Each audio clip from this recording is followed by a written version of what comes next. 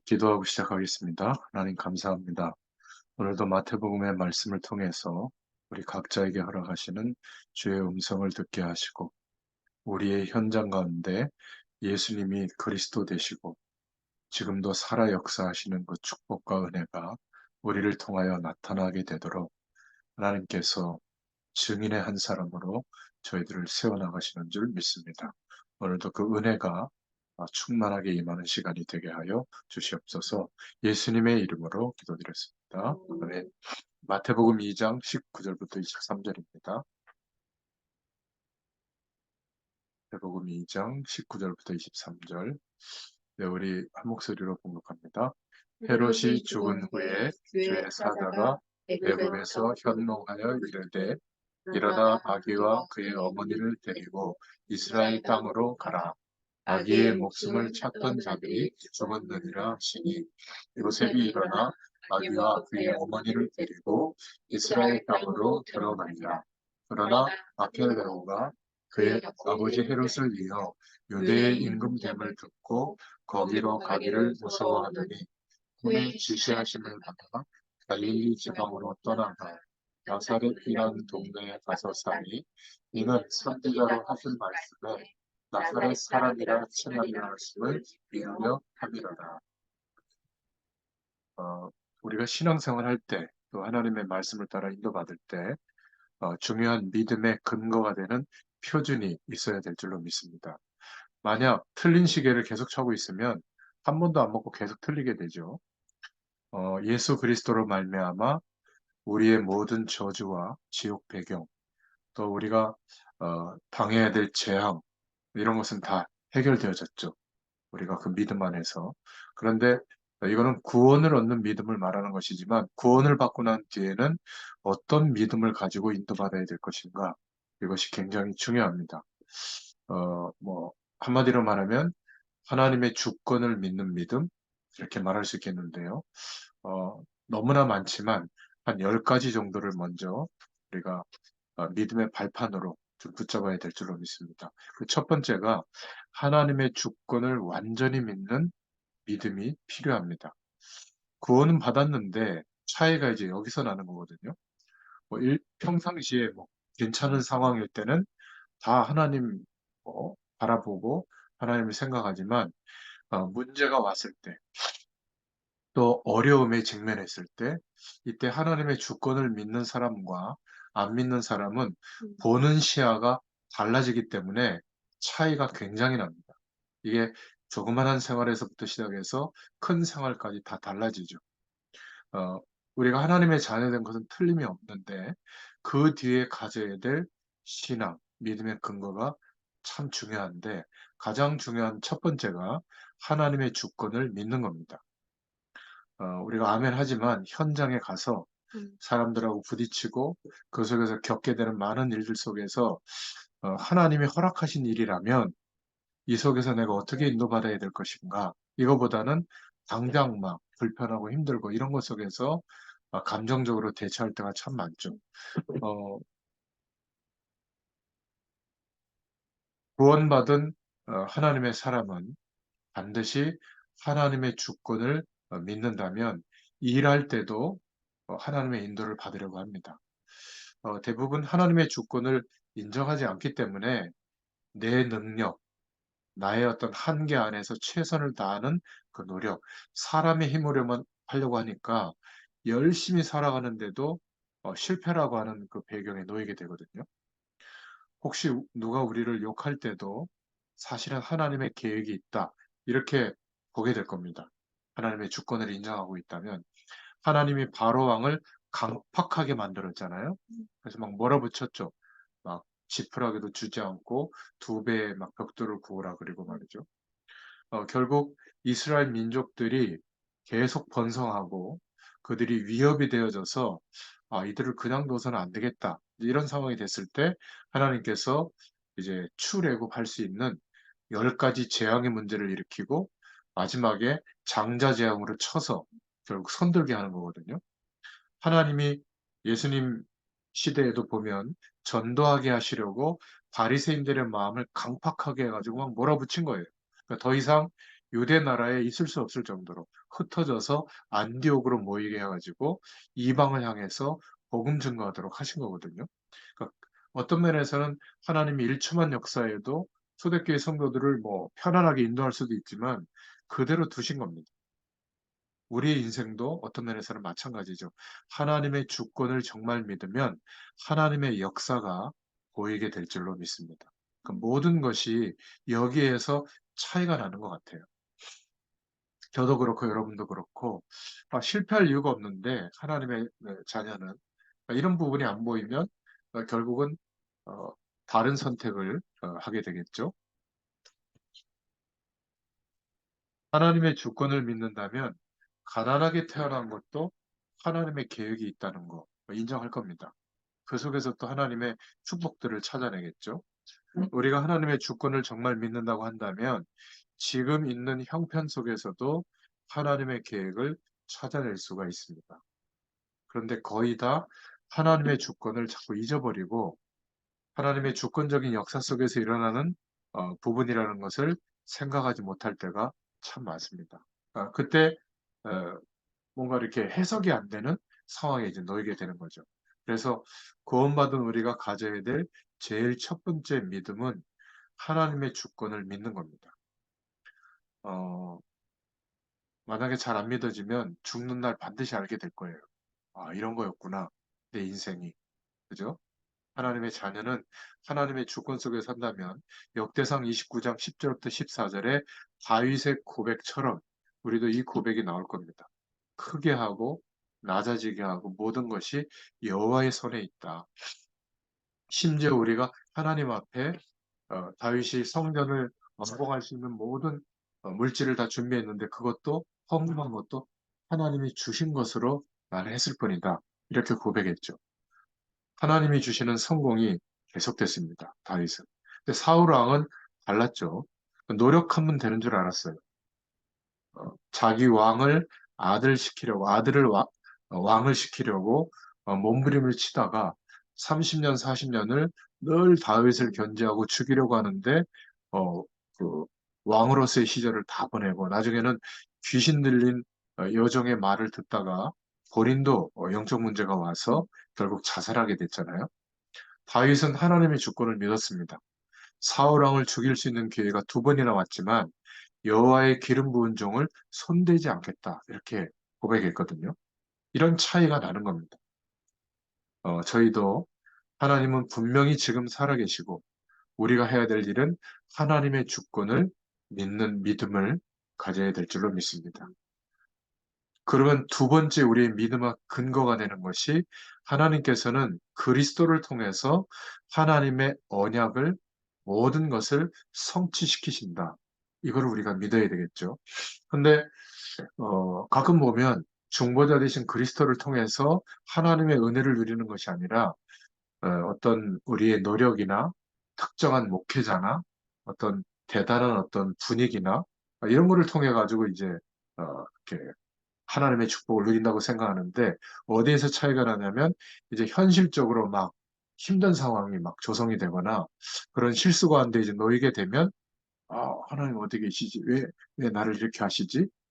사실은 그리스도를 통해서 모든 것을 이루어 가시기 때문에 그때가 바로 복음의 가치와 내용을 붙잡을 수 있는 기회가 되잖아요. 이런 부분들이 달라지게 되는 것 같아요. 세 번째는 성부, 성자, 성령의 역사, 믿는 자에게 틀림없이 성령으로 역사하실 것을 약속해 주셨습니다. 여기에 흔들리면 사실은 신앙생활 이유가 없는 거죠. 그리고 네 번째로 하나님께서는 꿈이나 여러 가지 환상이나 기적을 통해서도 역사하지만 우리에게는 66권의 말씀을 주셨고 선포되어지는 말씀과 내 심령 안에 부딪혀 들어오는 말씀을 주셨기 때문에 이 말씀은 영원히 변하지 않고 성취될 줄로 믿습니다. 이거를 믿어야 되겠죠. 그래서 이스라엘이 멸망하고 포로 가운데 있을 때 이사야 선지자를 통해서 하나님께서 이렇게 메시지를 주셨죠. 가서 나 여호와의 말씀은 영원히 설이라고 말해라. 풀도 시들고 꽃은 시들지만 여호와의 말씀은 영원히 설이라고 말해라. 우리는 말씀이 지금도 성취되어지는 그 대열 속에, 그 응답 속에 서 있는 줄로 믿습니다. 다섯 번째, 우리의 주권적인 역사를 믿는 믿음. 바로 구원받은 자 속에 성령으로 함께 하시는 신분으로 바꿔주셨다. 우리의 겉모습이 바뀐 게 아니라 우리의 신분이 바뀐 거예요. 그리고 신분에 따르는 권세를 허락해 주셨죠. 그래서 절대로 내 힘으로 하는 것이 아니라 하나님이 함께 하시는 성령의 역사와 그 힘으로 인도받는 축복. 만약에 이런 규모가 우리에게 찾아진다면 여러 가지 상황과 조건은 바뀌지만 또 우리의 수준도 바뀌지만 어, 하나님과 함께하는 은혜와 축복은 항상 상승될 줄로 믿습니다. 이게 진짜 구원받은 이후에 우리가 가져야 될 믿음이거든요. 그리고 여섯 번째로 우리의 믿음의 근거가 우리가 살아가고 있는 삶의 현장이 바로 내게 하나님이 위임해 주신 선교지다. 현장이 곧 선교지다. 만약에 우리가 우리의 삶의 현장에 전도문이 안 열리고 제자를 남기지 못하고 있다면 사실은 신앙생활이 엉터리인 거죠. 그냥 나만 좋은 거죠, 그냥. 거의 대부분. 그러다가 조금 뭐 교회 안에 문제나 이런 거 있으면 또 어려움이 오고 또 시험에 들고 상처받고 이렇게 되는데요.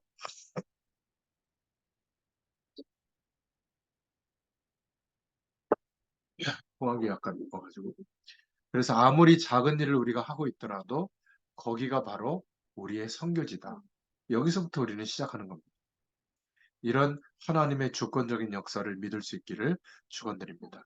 그리고 시편 139편 1절에서 10절에 보니까 우리의 앉고 서고 눕는 모든 것을 하나님은 알고 계신다. 우리의 생, 사, 화복을 하나님이 주관하고 계신다면 정말 이걸 믿어야죠. 믿는다면 염려될 게 없습니다. 그리고 기억하셔야 될 것, 건강하게 살거나 건강이 좀 무너져서 살거나 어려움이 있거나 또 많은 것을 누리고 있거나 반드시 죽음이 옵니다. 히브리서 9장 27절에 나와 있는데 우리의 죽는 날을 하나님이 이미 결정해 놓으셨대요. 한 번 죽는 것은 사람에게 정하신 것이다. 이렇게 말씀하고 있거든요. 그러니까 하나님의 주권을 믿는다면 이 땅에서의 삶에 대한 욕심이 지나칠 이유가 없어요. 복음과 전도와 선교 때문에 하나님의 부르심의 이유 때문에 우리가 최선을 다하는 것까지는 뭐 인정이지만 그러나 막 뭔가 이렇게 불신자와 다르지 않는 이 세상에서의 어떤 성공적인 삶, 안정적인 삶, 평안한 삶, 제가 볼 때는 그러다가 시간 다 가거든요. 저는 감사한 것이 놀러 다니다가 이렇게 몸이 좀 문제가 온 게 아니라 이렇게 말씀 준비하고 전하고 이것을 계속 하다가 약간 몸에 문제가 왔단 말이죠. 그럼 이제 몸을 챙겨야 될 때잖아요. 또 챙기면 하나님이 축복하실 줄로 저는 믿어요. 잘 안 챙긴다고 저희 집사람이 항상 지적을 하는데 하나님이 은혜를 이제 주시는 것 같아요. 이렇게 숫자적으로 한번 이렇게 사인을 주면 저는 또 이렇게 경각심이라서 조금 하거든요. 근데 이게 오래 못 가서 탈인데 아무튼 하나님은 우리에게 틀린 치수가 있는 자라든지 틀린 저울을 가지고 일을 하거나 사업을 하거나 우리의 인생을 살면 허무해지는 겁니다. 평생을 신앙생활하고도 열심히 하고도 실패하는 경우가 있어요. 목사님 그럴 수 있습니까? 전 많이 봤어요. 그러니까 믿음의 근거가 하나님의 주권적인 역사가 아니라 내가 계산해 보면 측량되고 결과가 나오는 것만 믿어요. 또 그런 분들은 비교적 또 열심히 살기 때문에 잘 사는 것 같아요. 제가 몰랐어요. 이렇게 오래도록 말씀 운동을 현장에서 해보지 않았을 때는 몰랐는데 오래도록 만나보니까 다 비슷하구나. 오히려 그런 조건을 노력해서 많이 가지면 가질수록 거기에 마음과 생각이 더 많이 가 있잖아요. 그러면 더 힘들다는 걸 알게 됐어요. 하나님을 향하여 집중할 수 있는 마음이 안 와요. 참 희한하죠. 성공하는 것처럼 보여도 평생을 열심히 살아도 허무함, 거기에다가 조그만한 문제가 터져도 영적 문제가 돼버리면 심각해지는 거예요. 아홉 번째 우리가 꼭 믿어야 될 것은 뭐냐면 반드시 내세가 있다. 천국과 지옥이 있습니다. 우리가 가보지 않았지만 성경 말씀에 있다고 되어 있잖아요. 믿어야 될 줄로 믿습니다. 그러면 영원한 천국 배경을 확신하는 사람은 이 땅에서의 삶에 매이지 않고 욕심내지 않고 집착하지 않아요. 많은 것을 이뤄도 주의 영광을 위해서 모든 것을 소진하고 갈 수가 있는 겁니다. 그리고 마지막 우리가 믿음의 근거를 가져야 될 것은 하나님의 주권은 모든 만물을 전도 중심으로 움직이신다. 이 천국 복음이 모든 민족에게 증거되기 위하여 온 세상에 전파되리니 그렇게 되도록 하나님이 하신다는 거죠. 그제야 끝이 오리라. 더 이상 이 지구상에 복음 받을 사람이 없다고 하면 주님은 재림하실 겁니다. 어, 성경학적으로 보면 모든 민족의 나라 개념으로는 복음이 다 증거됐어요. 한 3%에 5% 정도 복음이 전달되고 현지인 중에 목회자가 세워지고 그 현지인 언어로 성경에 번역된 나라별로는 다 됐거든요. 주님이 왜 제일 많으실까요? 민족이라는 개념, 그러니까 나라보다는 민족이라는 개념으로 이거를 봅니다. 그러면 아직 5천 미전도 종족이 남아 있다고 보거든요. 대략적으로. 그러니까 아직 5천 군데나 남아 있으니까 주님 한참 되오시겠네. 미안하지만 전 세계 교회 중에서 많은 교단들이 연합해가지고 그 족속들을 하나씩 맡아서 교회별로, 교단별로 지금 본격적으로 파고 들어가고 있어요. 그러니까 혹시 우리가 살아있을 때 주님 재림할 가능성도 있어요. 자, 그러면 우리가 살아가는 삶의 이유와 목적을 가만히 두고 한번 진단을 해보세요. 과연 내가 하나님이 원하시는 그 부르심의 방향을 따라 매일매일 인도받고 있는가? 저는 더 적극적으로 땅끝까지 이 복음이 증거되어지도록 하는데 제 인생을 다 허비할 거예요. 자, 그러면 자녀가 걱정이 되겠어요? 이미 예수 생명이 있는데, 그죠? 우리의 건강, 또 우리의 재산의 유무, 그거보다는 어떻게 하든지 이 복음이 그 소수민족이라고 하는 5천 미 전도 종족 한 번도 복음의 영향력이 없던 그 종족을 향하여 어떻게 다가갈까? 어떻게 다가가도록 할까? 산업인들을 만났을 때, 청년을 만났을 때, 일반 주부를 만났을 때, 목회자들을 만났을 때, 어떻게 이 마음과 생각을 같이 공유하고 인도받을까? 이제 이런 관심으로 살아가거든요. 그게 전도자의 상급이 있다는 것을 아는 사람이에요. 마태복음 10장 42절에 그런 전도자에게 냉수 한 그릇이라도 대접하면 전도자의 상급이 똑같이 임한대요. 그 말은 주의 종들을 막 잘 섬기고 도와라 그런 의미가 아니에요. 하나님이 모든 만물을 전도 중심으로 움직인다는 것을 알고 그 방향에 맞춰서 정말 냉수 한 그릇 그 작은 헌신이잖아요. 그런데 똑같은 전도자의 응답이 온다는 겁니다. 그런데 너무 이거를 강조하면 열심히 해요. 전도에 들고 나가기도 하고, 막 선교 헌금도 보내고, 막 선교사님 위해서 기도도 하고 하는데 문제는 지속이 안 되는 겁니다. 왜냐하면 제가 어저께인가 오늘인가 그 묵상하는 일을 올렸는데 내 마음에 기쁨이 있어야 될 거 아니에요. 복음 때문에 하나님이 함께하는 그 축복 때문에 기쁨이 별로 없어. 그런데 사명은 와 있으니까 막 펄쩍펄쩍 뛰는 거예요. 제가 이제 한교에 오래 있다 보니 그걸 많이 보거든요. 이제 전도 운동도 떠나요. 교단도 바꿔버리고 어떤 사람은 교회도 안 가. 다른 종교를 가진 사람도 봤어요. 근데 제가 처음에 막 대단한 이 전도 열정이 많았던 사람이거든요. 야, 어떻게 이럴 수 있을까? 오히려 우리가 사명에 막 이렇게 왜 난 이렇게 전도에 쓰임 못 받을까? 이거보다는 하나님의 은혜와 축복에 복음의 능력 속에 깊이 더 거해서 아무리 말려도 이제는 말하지 않으면 안 될 정도의 상황이 되는 게 훨씬 좋아요. 아직 그런 기쁨이 없다면 좀 말씀에 더 집중해 보세요. 그 은혜를 주십니다. 여러분, 그래서 여러분들이 그런 마음으로 복음 전하는 전도자들, 목회자들, 또 선교사님들을 돕는다. 너무 귀중한 헌신이 되는 거예요. 저는 오늘 이 시간까지 인도받는데 그런 분들의 기도와 도우심 때문에 제가 오늘도 움직이고 있거든요. 저는 제 마음에 그런 빚이 있어요. 그분들의 기도와 중심이 있기 때문에 타협하거나 계산적으로 움직이려고 하다가도 그게 안 돼요. 그분들이 한 명도 없으면 제가 그렇게 했을 텐데, 참 너무 감사하기도 하고, 어떻게 이렇게 한결같이 이런 축복과 은혜가 있을까? 그러니까 서로 축복인 것 같아요. 여러분, 오늘 이 첫 번째 대지에 어, 10가지 신앙의 주권적인 역사를 믿는 신앙의 발판이 세워지면, 어, 하나님의 살아계심을 정말로 믿는다면 실패 속에서도 하나님의 계획이 있음을 보게 될 줄로 믿습니다.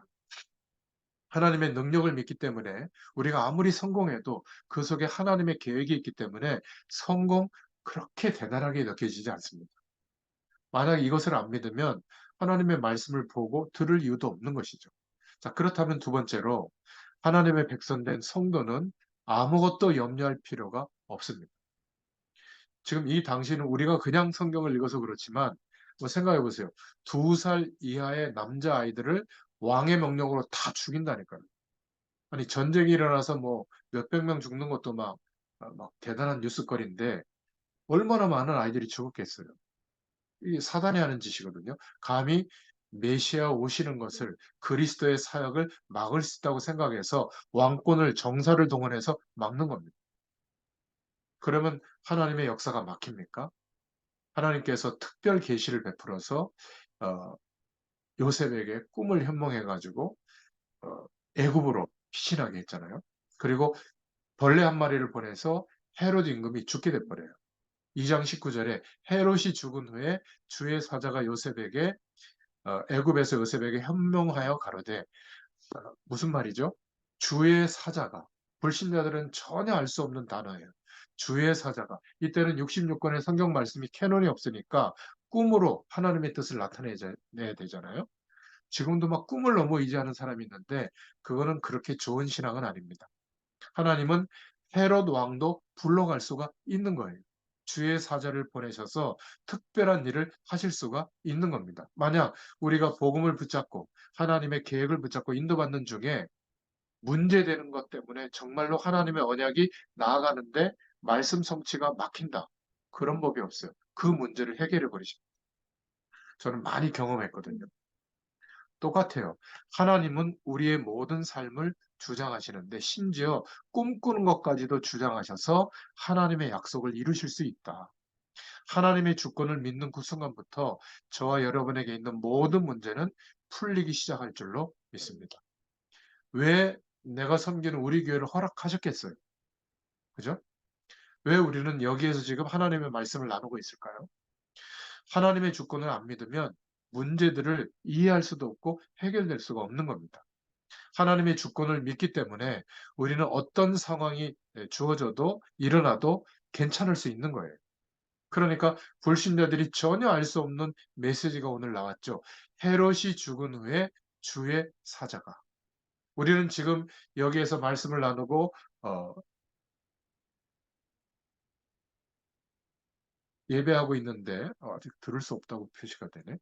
아무튼 어, 하나님의 주권을 믿기 때문에 이 시간에 여기에서 예배를 해도 우리와 관련된 모든 것에 앞서 주의 사자를 보내시는 축복이 나타나게 될 줄로 믿습니다.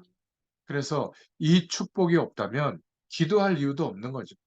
만약 이게 사실이라면 기도할 때마다 천군 천사들이 동원되어져서 하나님의 응답과 축복을 나타낸다면 우리는 염려할 이유가 없는 겁니다. 이 사실을 정말 확인하고 나면 계산하거나 수단과 방법을 동원하거나 잔머리를 쓰거나 이럴 필요가 없는 거죠. 그것은 오히려 하나님의 백성된 우리를 실패시키는 결과로 나타나게 될 겁니다.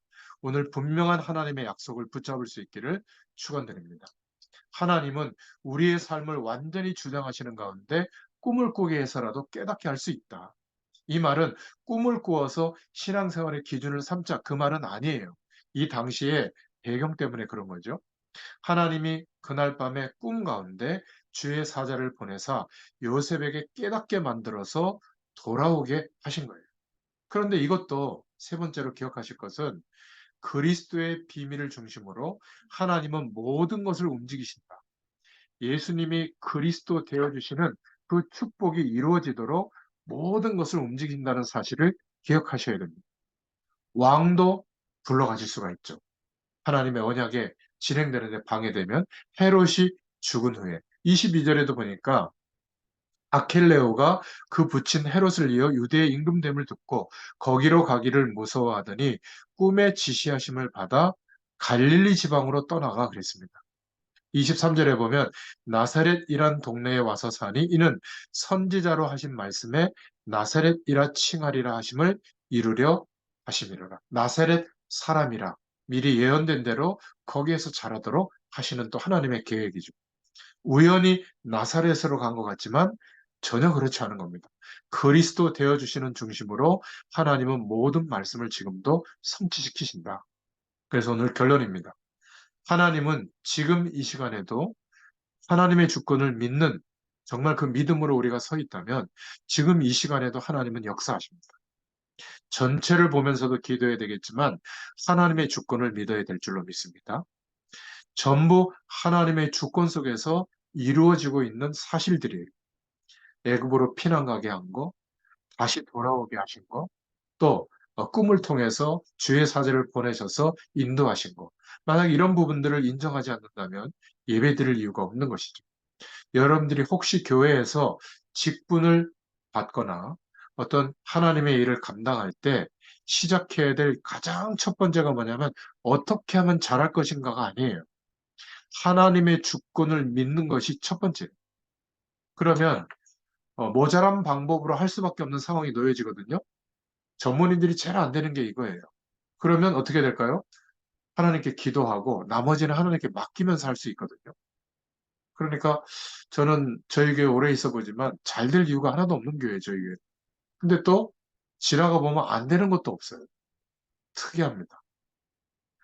요번에도 그 저희 그 로비를 꾸미는데 뭐 금액적으로 한 1억 5천 들어가서 그 헌금했죠. 그 다음 주에 막바로 또 우리 선교사 대회가 헌금했죠. 한 1억 2천 나왔죠. 아니 도대체 성도 숫자는 저 중직자들이 좀 이렇게 빠져나간다고 하는데 하여튼 그 하나님의 일에 이 성도들의 마음을 하나님이 움직이시는 것 같아요. 믿음이 있더라고요. 보니까. 참 제가 다시 한번 생각, 우리 선교사님들이 얼마나 그 고마워하는지 말이죠. 분명히 교회가 어려운 거 알고 있거든요.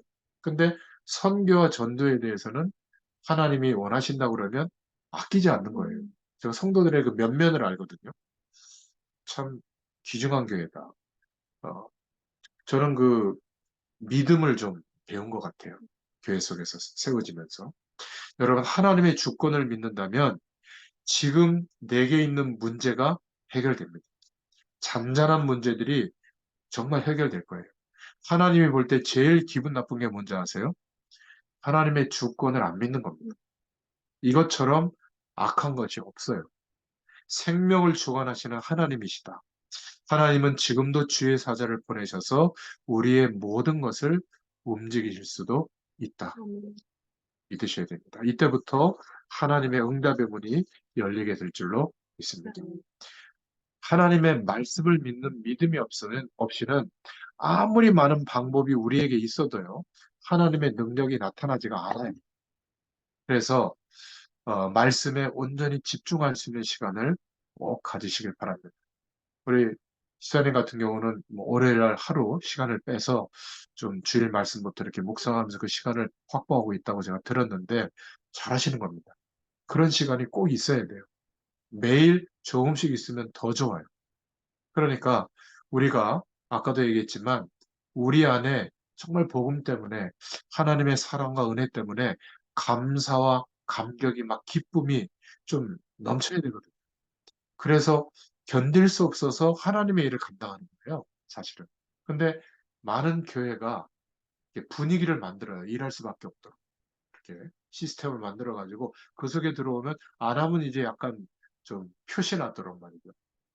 그 대표적인 게 헌금 봉투에 이렇게 도장 찍어가지고 꼽아 놓는 거거든요. 어, 안 하는 사람들을 위해서 도움되기는 하지만 사실은 기쁨이 우리 안에서 일어나면 모든 것이 가능해지는 것 같아요. 특히 전도와 선교는 말할 것이 없습니다. 복음은 절대 죽은 진리가 아니에요. 하나님의 말씀은 죽은 말씀이 아니라 살아 역사하는 말씀입니다. 그래서 하나님이 우리에게 원하시는 것은 변호인이 아니에요. 이 하나님의 주권에 대한 증인으로서 서기를 원하시거든요. 이런 축복이 내려주시기를 축원드립니다. 기도하겠습니다. 하나님 감사합니다. 저희가 현장에서 마태복음을 읽어가고 있습니다. 마태복음에 참된 왕으로 오신 그리스도께서 모든 저주의 배경을 꺾으시고 영원한 생명의 축복을 우리에게 허락하사 땅 끝까지 이 복음이 증거되어지도록 우리에게 그 전도자의 신분과 권세와 능력을 허락하신 줄로 믿습니다. 이 축복을 믿는 믿음 가운데 매일매일의 삶이 증인의 자리에 세워지도록 역사하여 주시옵소서. 감사드리며 예수님의 이름으로 기도드렸습니다. 아멘. 감사합니다. 영호 쌤이 못 들으셨어요?